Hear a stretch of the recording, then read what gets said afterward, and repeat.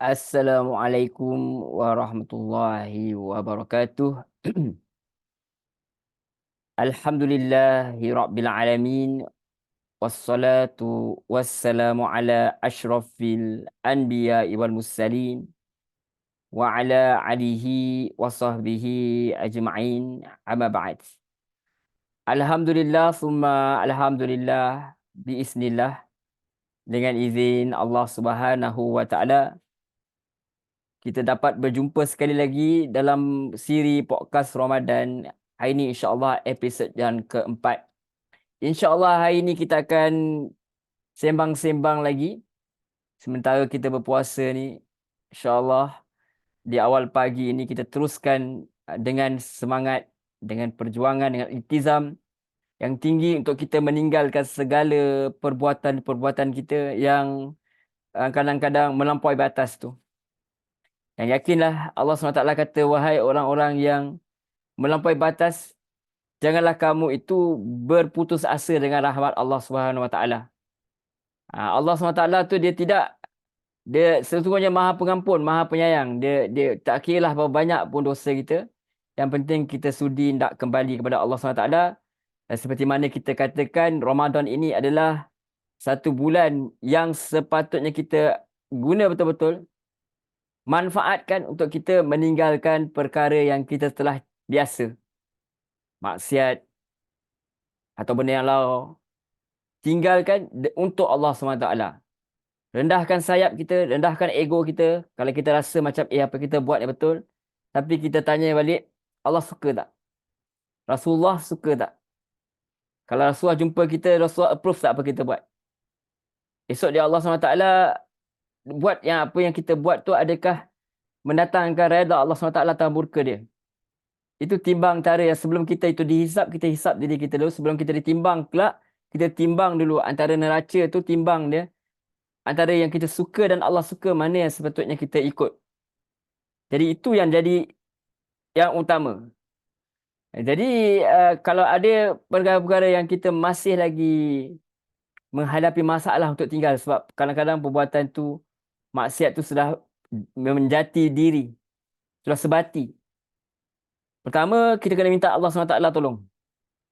Tapi kalau ada yang melibatkan ketagihan, secara rokok, arak, maksiat, pornografi ke, atau zina sekali pun, dapatkan bantuan profesional jika perlu. Mungkin ada orang yang lebih tahu bagaimana untuk meninggalkan perkara yang ketagihan. Banyakkan baca artikel, banyakkan baca dari segi sains, bagaimana untuk kita memanipulasi minda kita misalnya, ataupun apa yang perlu kita buat untuk mendapatkan, supaya kita dapat tinggalkan habit-habit buruk. Sebab kadang-kadang dia dah menyebabkan otak kita ni dah jadi lain. Bila kita terlampau banyak buat perkara yang tak sepatutnya kita buat. Sebab fitrah manusia ni buat kebaikan. Kalau dia banyak tengok fotografi, dalam segi saintifik pun ada setengah pandangan, otak kita pun dia sama macam orang ketagih nikotin. Tergadih dadah tu sendiri. Jadi itu yang paling penting sebenarnya kita nak tengok. Di samping kita itu memohon kepada Allah SWT, itu yang paling penting. Tapi juga kita kena ada strategi lah. Macam orang pergi perang, dia ada strategi. Begitu juga kalau kita nak tinggalkan benda-benda yang buruk ni, ada strategi. Dan bulan Ramadan ni bulan yang paling kita gunakan sebetul-betul. Manfaatkan supaya kita dapat meninggalkan terus perbuatan keji yang kita buat selama-lamanya. Dan jangan berputus asa kalau masih belum dapat. Sebab kita sembah Allah SWT. Kita sembah Allah SWT sebab kita hamba. Sama ada kita ini boleh tinggal ke tidak, tak boleh tinggal ke, tetap kita terus berusaha. Ikhtiar, solat terus. Kalau macam orang yang biasa buat pornografi semua, kurangkan. Dan bulan Ramadan tinggal terus, dan mudah-mudahan habit tu selepas pada 30 hari, tambah lagi puasa sunat dan sebagainya, maka akhirnya Allah SWT lepas raya sehari tu dah boleh puasa sunat dah hari Syawal kedua tu. Jadi jadikan habit. Mudah-mudahan Allah SWT bantu sampailah kita dapat rasai muraqabah, Allah melihat kita, maka kita berjaya tinggalkan benda-benda yang buruk yang kita lakukan. Baik. Itu sebenarnya jadikan bulan Ramadan ini sebagai bulan kita tarbiyah diri kita, bina diri kita elok-elok. 30 hari ini buat betul-betul. InsyaAllah mudah-mudahan Allah bantu. Baik. Jadi kita dapat lihat bahawa sebenarnya Ramadan ini adalah sesuatu yang menggembirakan buat kita. Apa kegembiraan yang kita rasa ialah orang yang puasa ni antaranya lah dia gembira kelak ketika bertemu dengan Allah Subhanahu Wa Taala. Jangan kita ingat penat lelah kita ini, letih kita ini, rasa lapar dahaga ni, kalau setengah orang migraine, sakit kepala sepanjang hari, dan dia nak puasa juga, dia tahu sebab mungkin awal-awal tu sakit kepala tu, hari biasa tak sempat nak puasa dan sebagainya. Puasa sunat, maka baru nak puasa. Jadi segala kesusahan dia itu akan menjadi kesenangan buat dia kelak. Bau busuk mulut dia tu pun akan jadi bau kasturi kelak di akhirat. Di syurga kelak. Itulah orang yang berpuasa akan ada kegembiraan yang Allah janjikan buat kita, insya-Allah. Jadi apa kata, baik kita lihat sedikit hadis yang berkenaan perkara ini. An Abi Hurairah radhiyallahu anhu yaqul qala Rasulullah sallallahu alaihi wasallam qala Allah kullu amali ibni Adam lah illa siyama fa innahu li wa ana ajzi bihi was-siyamu junnah wa idza kana yaumu shaumi ahadikum fala yarfuz wala yadhhab فإن شبه أحد أو قاتله فليقول إني امرؤ صائم والذي نفس محمد بيده لخلوف فم الصائم أطيب عند الله من ريح المسك للصائم فرحتان يفرحهما إذا أفطر فرح wa idza laqiya rabbahu fariha bisawmi. Maksudnya Rasulullah sallallahu alaihi wasallam bersabda, semua amalan anak Adam adalah untuknya kecuali puasa. Sesungguhnya dia adalah milik aku dan akulah yang akan membalasnya. Maksudnya kita buat ibadah lain, manfaatnya semua adalah untuk kita. Tetapi puasa ni memang kita buat semata-mata kerana Allah Subhanahu Wa Taala, walaupun manfaat ada juga untuk kita. Tetapi kita buat, Allah haramkan benda yang halal buat kita sementara dan kita akur sebab kita ni hamba Allah. Jadi puasa itu adalah kata Rasulullah, ia adalah perisai. Allah kata, Nabi Rasulullah kata, Allah kata puasa itu perisai. Apabila salah seorang daripada kamu berpuasa, jangan dia bersama dengan isteri dia. Dan jangan dia itu bergaduh. Ini. Nanti dari hadis ni kita dapat lihat bahawa dalam bulan Ramadan ni kita belajar untuk kita lari daripada apa yang kita selalu buat. Kalau kita ni greber, jenis yang pantau orang cuit sikit, naik suara kita atau naik tangan kita. Tapi bulan Ramadan ni kita cuba ubah. Jika seorang caci dia, hendaklah dia kata, sesungguhnya aku berpuasa. Kalau orang ajak dia gaduh, dia kata sesungguhnya aku ini berpuasa. Jangan kita duduk layan pula. Jangan kita aduh rugi tak lawan tadi. Tidak. Tetapi kita kata sesungguhnya aku ini berpuasa. Dan demi Tuhan yang diri Muhammad ini di tangannya, sesungguhnya bau mulut orang yang berpuasa itu lebih harum dari sisi Allah daripada haruman kasturi. Bukan bau kasturi macam saya cakap tadi. Sebenarnya lebih daripada itu lagi, dia lebih harum daripada haruman kasturi. Ada orang yang berpuasa mempunyai dua kegembiraan, iaitu kegembiraan ketika berbuka puasa dan kegembiraan bertemu Tuhannya. Sahih Al-Bukhari, Kitab Shaum nombor 1780. Jadi kita dapat lihat bahawa kegembiraan itu di dunia lagi. Semua orang seronok tengok anak-anak seronok kita bila kita nak buka. Tapi kadang-kadang sampai berlebihan, beli makanan terlampau banyak. Tetapi sepatutnya sedikit-sedikit cukup. Tak perlu banyak sangat, perut dah kosong sepanjang hari. Maka ambillah sekadarnya. Baik. Jadi itu kegembiraan itu bukan sahaja di akhirat kelak. Tetapi awal-awal di dunia lagi kita telah merasai nikmat dia. Nanti pula dah raya nanti tambah lagi, gembira lagi.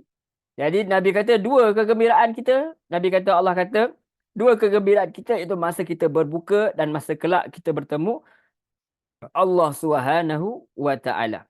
Baik. Baik.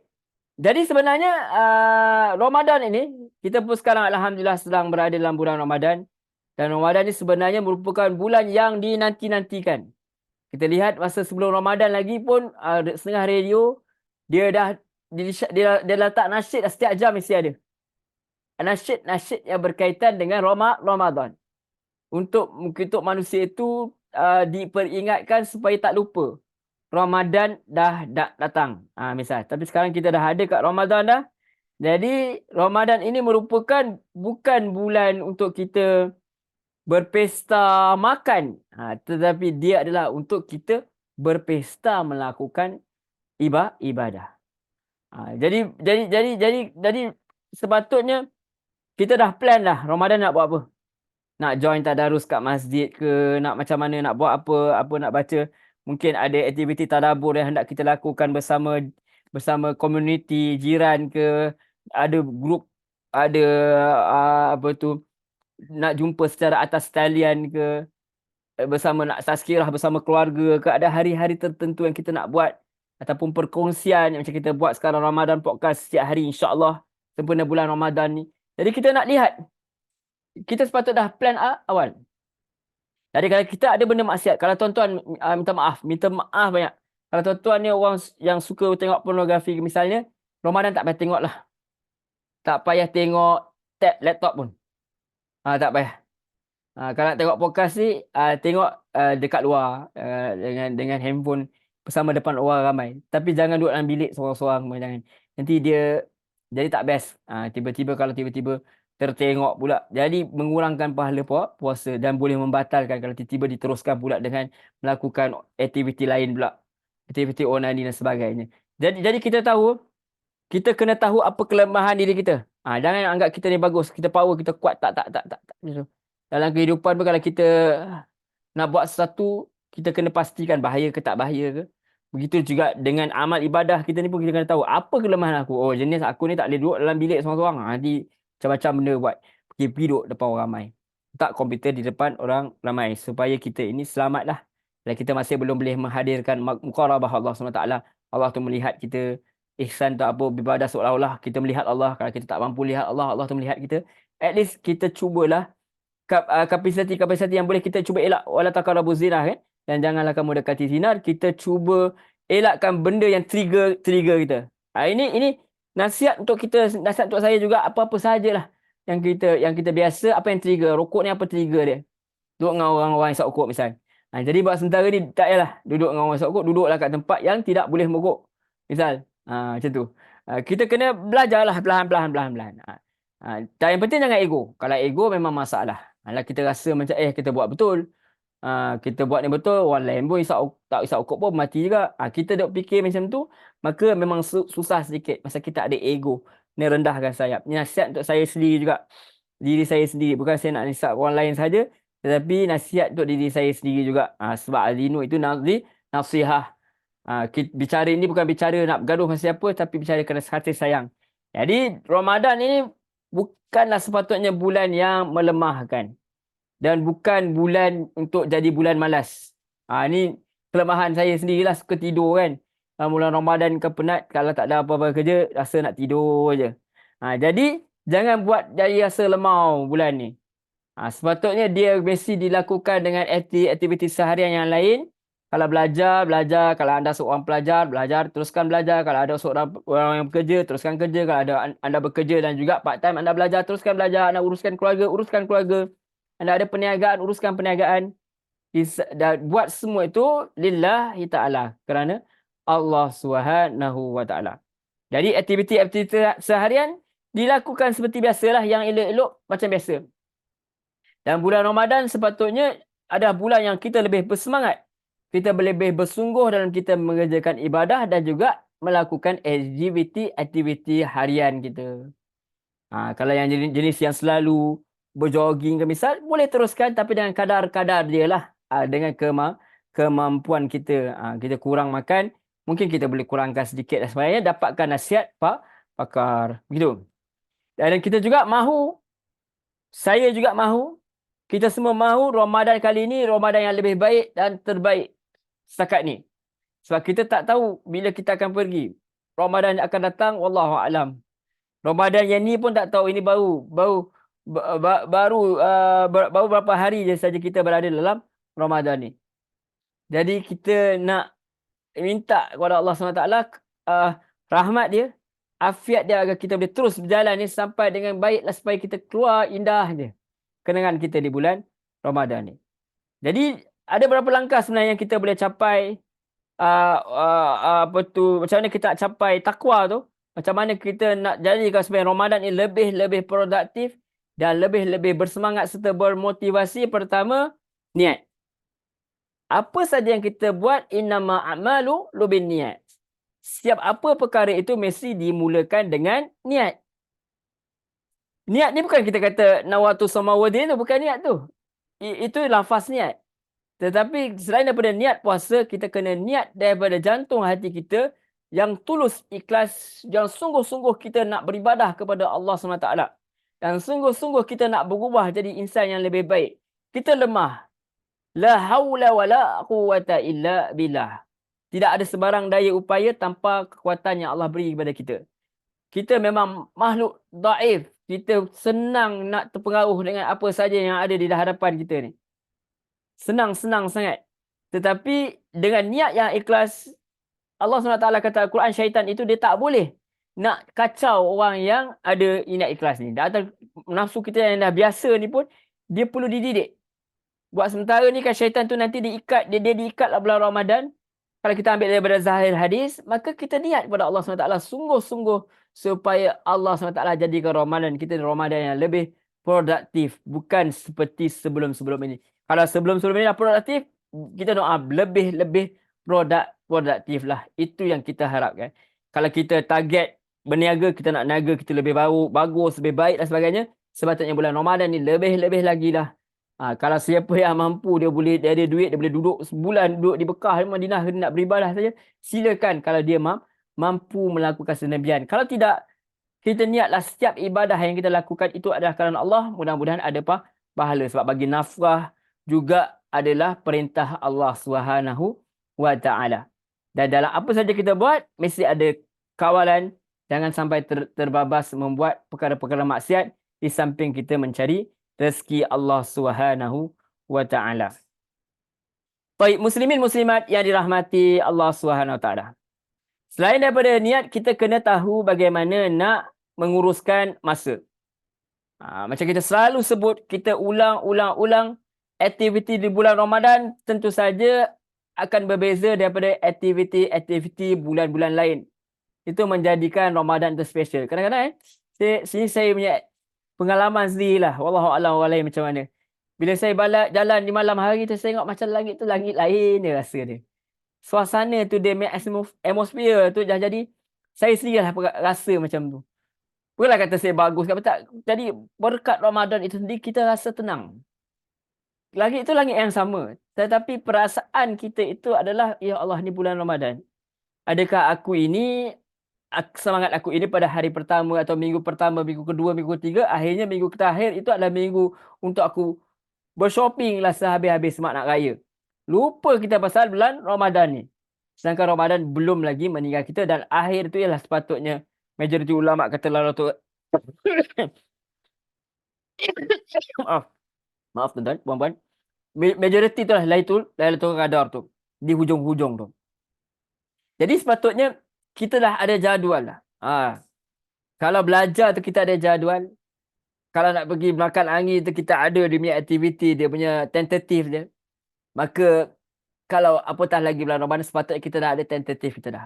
Kita kena buat perancangan. Pada malam sebelum dia, pilih 2-3 aktiviti penting. Apa kita nak buat esok, kita buat catatan dalam buku. Buat siap-siap. Esok aku nak buat apa? Ini pengisian yang kita nak buat dalam Ramadan. Basic, make it serious. Kali ini kita berazam, saya pun berazam. Kita mesti ada buku nota masing-masing. Kita tulis, esok nak buat apa? Okey, esok macam biasa, hantar anak pergi sekolah. Kerja.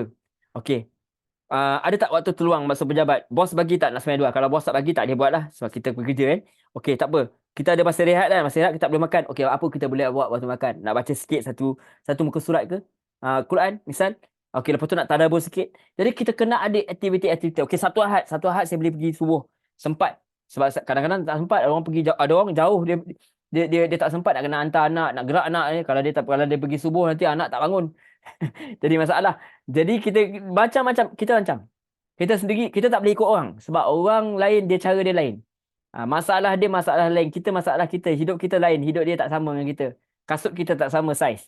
Jadi kita kena tengok berdasarkan kemampuan kita. Saya tak boleh bagi tuan-tuan kena buat macam ni tuan-tuan. Puan-puan kena buat macam ni. Tak boleh. Sebab tuan-tuan puan-puan ada, kita semua ada kita punya bahagian masing-masing. Kita punya kemampuan masing-masing. Jadi kita bergerak atas dasar kapasiti, kemampuan yang kita ada. Tetapi yang penting jangan berhenti. Jangan tak buat. Jangan tak masuk langsung dalam perlombaannya. Orang yang tak pernah buat silap atau orang yang tak pernah kalah ialah orang yang tak buat apa-apa. Dia memang tak kalah lah pasal dia duduk relax, dia diam. Oh, ulama ni dia buat banyak salah. Banyak salah dia buat. Misal orang kata Syekh Al-Albani, Nasruddin Al-Albani, dia banyak buat salah dalam buku dia. Orang kata, dia banyak buat salah sebab dia banyak menulis. Kalau kita tak buat apa-apa, memang tak akan buat salah. So, dia orang yang lebih baik daripada kita. Rahimahullah Ta'ala. Jadi, itu sebenarnya. Jadi, kalau kita tak buat apa-apa, maka kita duduklah. Orang lain sambut makan, buka puasa, kita pun buka puasa. Orang raya, kita pun raya. Tapi tak ada erti, tidak ada ruh dalam kehidupan kita. Tidak ada perubahan. Jadi, make sure kita ikhtiar. Bila kita ikhtiar, Allah melihat, Allah bantu. Sebab Allah tu menurut persangkaan hamba-hamba dia. Jadi kalau dia itu bergerak dengan persangkaan baik kepada Allah SWT, maka Allah SWT akan bagi. Apatah lagi dia berdoa, minta kekuatan daripada Allah. Dan cuba sedaya upaya jauhi perkara-perkara yang negatif. Macam kita katakan tadi. Jaga perbuatan, jaga perkataan, jaga tingkah laku, jaga hati. Jaga perkara-perkara yang mengurangkan pahala puasa kita. Sebab puasa bukan hanya sekadar untuk menahan diri daripada lapar dan dahaga semata-mata. Kalau macam tu ramai orang boleh buat. Dari sudut kesihatan pun ada digalakkan berpuasa dan sebagainya. Jadi vegetarian dan sebagainya. Tetapi kita kena tahu bahawa kita kena kawal lebih daripada itu. Sebab puasa itu natijahnya takwa. Takwa tak apa, orang yang seolah-olah berjalan di atas titi, kat kiri kanannya ada kaca atau duri. Dia akan berhati-hati untuk tidak jatuh ke dalam kanan atau kiri sebab dia takut nanti dia akan luka. Maka itulah takwa, iaitu sentiasa hati kita ini berhati-hati, takut kalau terkecundang. Takut kita tadi ini bukai oleh Allah SWT. Kalau Allah murka kita nak pergi ke mana? Bumi Allah ni mana pun kita, kalau boleh ada orang saintis konon nak pergi ke marih pun milik Allah SWT. Mana kita nak pergi? Aina tazhabun, Allah kata dalam Quran. Kalau kita ni orang yang memang sengaja nak lawan Allah SWT, kita tak mampu nak lawan dia. Jadi kita make sure kita usaha sungguh-sungguh. Puasa kali ini bukanlah hanya untuk sekadar menahan diri daripada lapar, tetapi dia adalah untuk kita mengubah diri untuk menjadi insan yang lebih baik, supaya kita ini memperoleh takwa seperti mana yang dinyatakan dalam Al-Quran. Orang yang melakukan puasa adalah untuk apa? Agar kamu memiliki takwa. Dan juga pastikan, kadang-kadang orang tak ambil berat ni, ada orang puasa tapi dia tak ambil berat. Dia duduk bangga, dia kata, saya ni bukan jenis orang bangun pagi makan. Tak. Jangan kata macam tu dah. Saya jenis tak bangun sahur. Saya pukul 12. Tak, kena bangun sahur. Kita puasa nak ubah diri, jadi kita ikut apa yang Nabi ajar. Jadi jangan tinggal sahur. Cuba bangun awal, sekurang-kurangnya 2 atau 1 jam sebelum fajar, pilih makanan sihat, pilih makanan seimbang, supaya siang esok tetaplah kita produktif. Itu sebenarnya yang kita perlu buat. Ini kita sebenarnya kita dah bincang, tapi kita bincang sekali lagi dah dapat istirahat yang secukupnya. Itu sebenarnya kita perlu lakukan. Jadi sampai seterusnya kita boleh lihat seperti mana yang kita dah bincang tadi, yang kita dah bincang juga sebelum ni, kita nak bincang, lanjutkan lagi. Bulan Ramadan ni adalah bulan di mana generasi salaf ni, diorang ni ada generasi yang terbaik. Mereka ni bersungguh-sungguh untuk lakukan ibadah dalam mengharapkan ganjaran redha Allah SWT, serta diikut sunnah Nabi SAW. Jadi termasuk dalam bulan Ramadan, mereka akan sungguh-sungguh, mereka serius betul-betul untuk berlumba-lumba melakukan ibadah. Sebab apa? Sebab Mereka tahu bahawa betapa berharganya bulan yang penuh barakah ni, yang datang sebulan sekali je. Kita nak tunggu tahun depan pun tak tahu. Ada lagi tak tahu. Jadi golongan salafus soleh, golongan orang-orang dahulu ni, mereka dia tak sia-siakan peluang berada kat bulan Ramadan ni. Dan dia itu takkan biarkan bulan Ramadan ini pergi begitu saja tanpa ada pengisian yang bermanfaat. Mereka ni sepatutnya jadi panduan kita supaya kita semua menjalani bulan yang penuh barakah ini dengan amalan-amalan yang terbaik.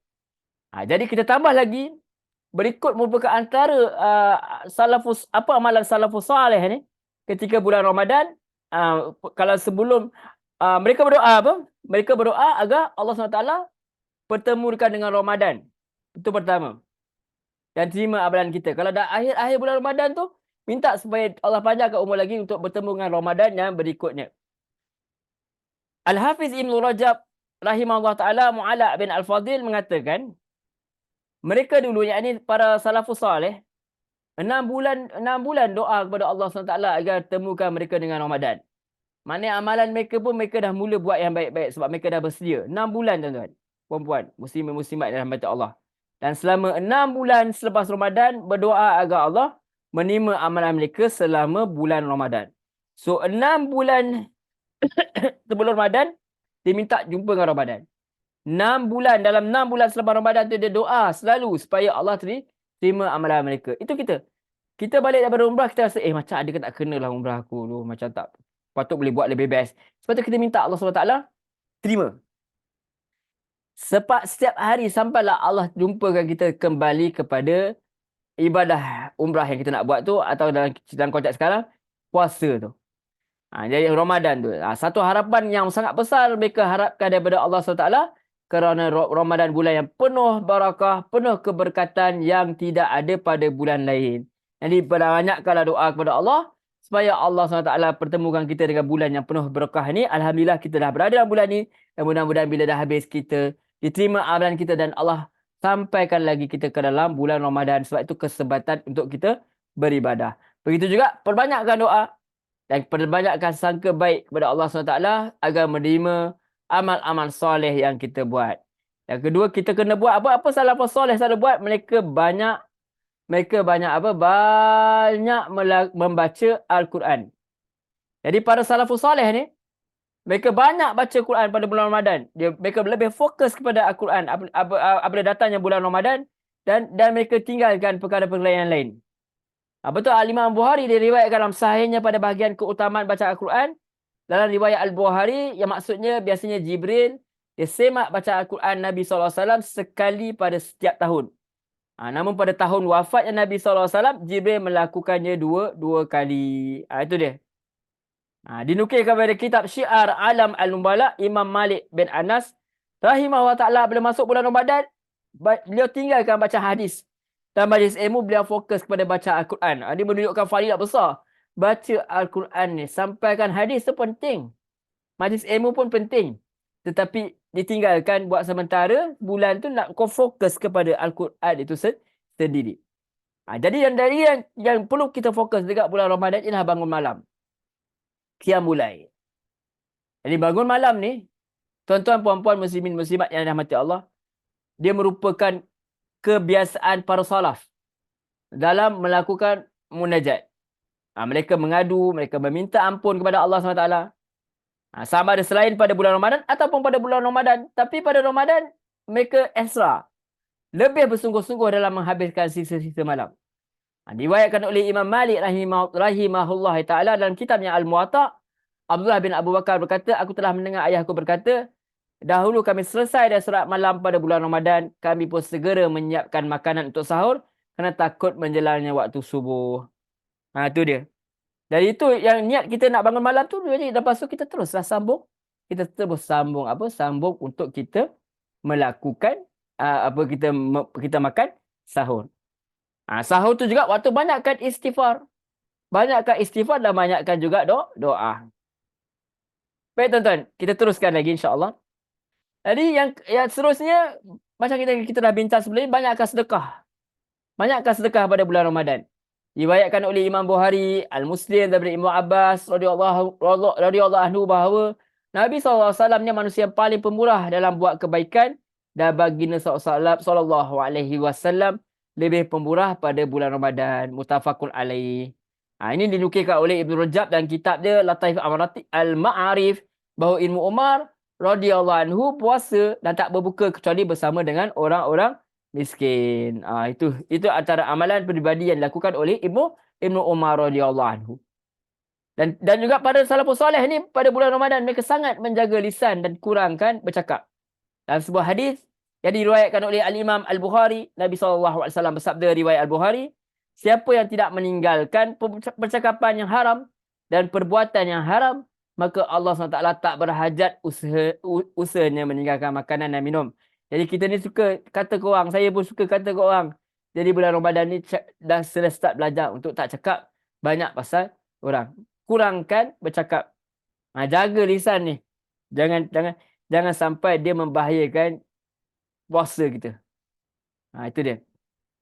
Dan kitab Musnad Ibnu Abi Syaibah, Abu Zar kata, ada kamu berpuasa, maka jagalah semampu kamu. Umar Al-Khattab radhiyallahu anhu berkata, bukanlah puasa itu hanya sekadar menahan diri dari makan dan minum semata-mata, tetapi dia menahan daripada bercakap dusta, berbuat kebatilan, buat perkara yang sia-sia dan bersumpah yang tidak berguna.